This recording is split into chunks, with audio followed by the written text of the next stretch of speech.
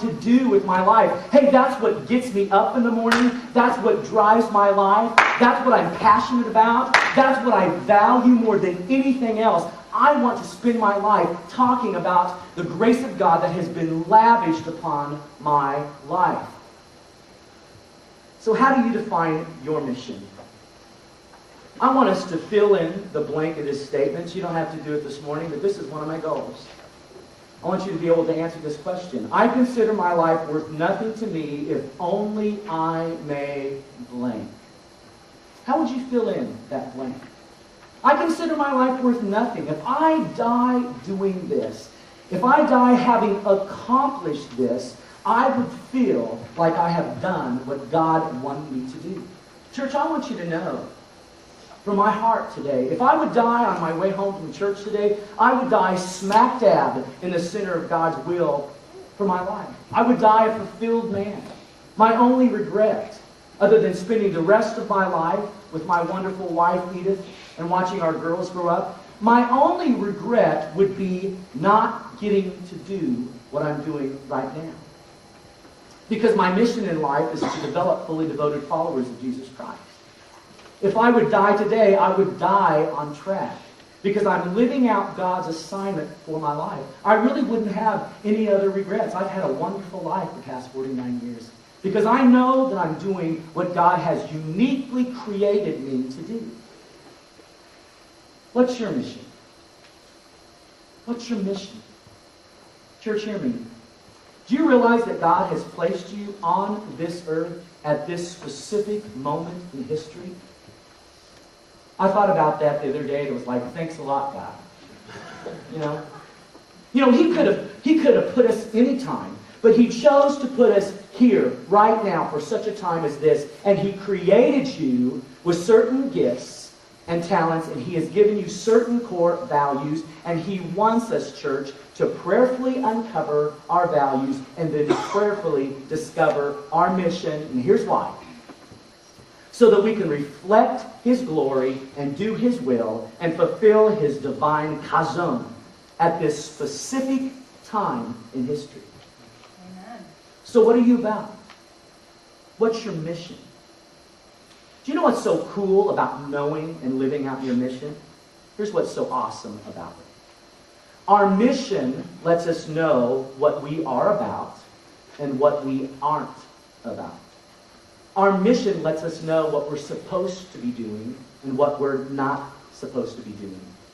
In Luke 19:10, we see this in Jesus' life. Jesus spells out His mission very clearly. He says, "For the Son of Man came to seek and to save what was lost." That was Jesus' mission. That was what He was all about. In John 3:17, Jesus lets us know what He wasn't about, because He said, I didn't come into the world. My mission wasn't to come to condemn the world. I came so that the world might be saved. Jesus' mission was to seek and save, not to condemn. He was very clear about that. So hear me, church. Mission gives clarity and focus to our life. Mission gives clarity about what we're supposed to be doing and what we're not supposed to be doing. Now, here's my challenge for us. And if we will do this, I promise you this will be life-changing. I want us to begin to prayerfully uncover our core values and prayerfully discover our mission. And I want us to work on writing a one-sentence mission statement. And I know that that's hard, but it's supposed to be. And if you need help with it, you can go online at www.lifechurch.tv. That's where this series comes from. And there are resources there that can help you discover your gifts and your core values and help you begin to formulate your mission.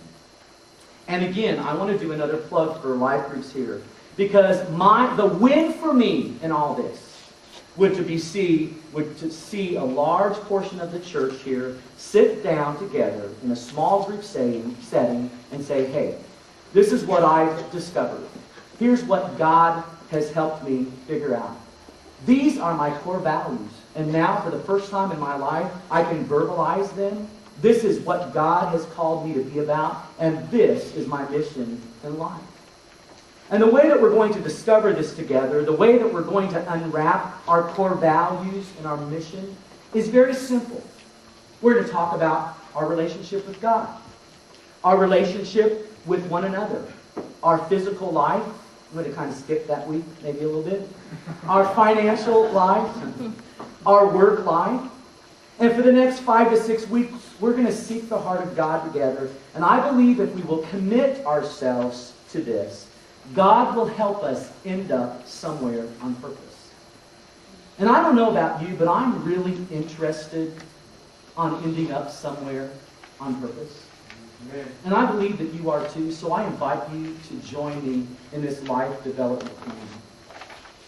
Now, I'm sure some of you are thinking, well, Harv, this sounds like a good idea and all, but why is it so important to figure out God's vision for my life? Why isn't it okay for me just to kind of go through life and take each day as it comes? Why do I need to figure out my vision, my mission? Here's why. It's real simple, okay? Don't miss this.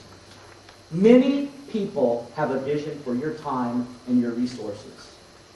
Many, many, many, many, many people have a vision for your time and your resources. And guess what?